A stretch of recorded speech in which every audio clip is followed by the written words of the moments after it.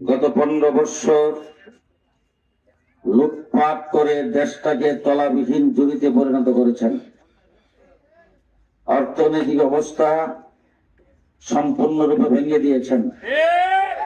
প্রতিটা সেক্টরে দুর্নীতির আখড়া কায়েম করেছেন।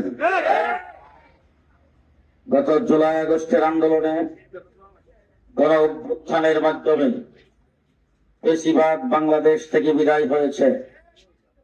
এই গুণে ধরা এবং এই লুটপাটকৃত দেশ আগামী দিন কে শাসন করলে সবচাইতে বেশি নিরাপদ বলে আপনারা মনে করেন?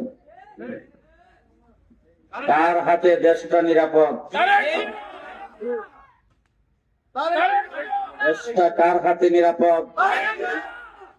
2 নম্বর প্রশ্ন আপনাদের সামনে। বাংলাদেশে অনেকগুলি রাজনৈতিক দল নির্বাচনে অংশগ্রহণ করেছেন। আওয়ামী লীগ নিষিদ্ধ, তাদের কার্যক্রম নিষিদ্ধ, তারা নির্বাচনে আসতে পারে নাই। যেই রাজনৈতিক দলগুলি নির্বাচনে অংশগ্রহণ করেছেন তাদের মধ্যে সর্ববৃহৎ দল কোনটা? সবচাইতে জনপ্রিয়, সবচাইতে জনসমর্থনওয়ালা দল বিএনপি। আমার দল জমিয়তুল উলামা ইসলাম 107 বছর বয়স ব্রিটিশের বিরুদ্ধে আন্দোলন করে ব্রিটিশকে এই দেশ থেকে তাড়ায় স্বাধীনতার পতাকা আমরা উত্তোলন করেছি। সেই দল বিএনপির সাথে আমরা জোটবদ্ধ হয়েছি। তার কারণ হলো বিএনপি ইসলামী মূল্যবোধে বিশ্বাসী। বিএনপির প্রতিষ্ঠাতা শহীদ প্রেসিডেন্ট জিয়াউর রহমান ধর্ম নিরপেক্ষতার কবর রচনা করে সংবিধানে আল্লাহর উপর আস্থা ও বিশ্বাস কায়েম করেছিলেন। আমি আলাপ আলোচনা করে কথাবার্তা বলে আমি তার কাছে বসে যে জিনিসটা বুঝতে পেরেছি, জনাব তারেক রহমান জিয়াউর রহমান সাহেবের ডুপ্লিকেট।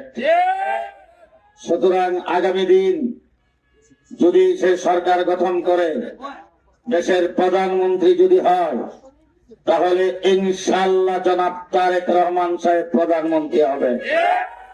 এবার আপনাদের কাছে প্রশ্ন, আপনাদের খড়িয়ালা গ্রামে কোন দলটা সবচাইতে বেশি জনপ্রিয় আর শক্তিশালী বলেন? যে বিএনপি জোট থেকে আমি এইখানে মনোনয়ন পেয়ে এই জায়গায় নির্বাচন করতে এসেছি।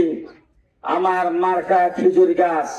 আপনারা বলেছেন বিএনপি খৈরালা গ্রামে সবচাইতে বেশি জনসমর্থন আর শক্তিশালী, তাহলে পাস করবে আম গাছ।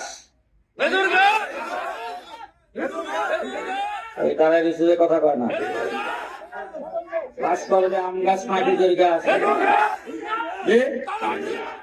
জনপ্রিয় যেই দল, জনপ্রিয় যেই দল, যেই দলের বিশেষ সমর্থন, তারাই তো বাস করবে নাকি? যদি আমাকে ভোট দেন, আমি যদি এখান থেকে নির্বাচিত হয়, জনাব তারেক রহমান সাহেব প্রধানমন্ত্রী হবে। আরে প্রধানমন্ত্রী যেই দলের হবে সেই দলের যদি এমপি আমি হয়, আপনাদের রাস্তাঘাট, কালভার্ট, মসজিদ, মাদ্রাসা, মন্দির সবগুলোতে উন্নয়নের গণজোয়ার বসায় দেওয়া হবে।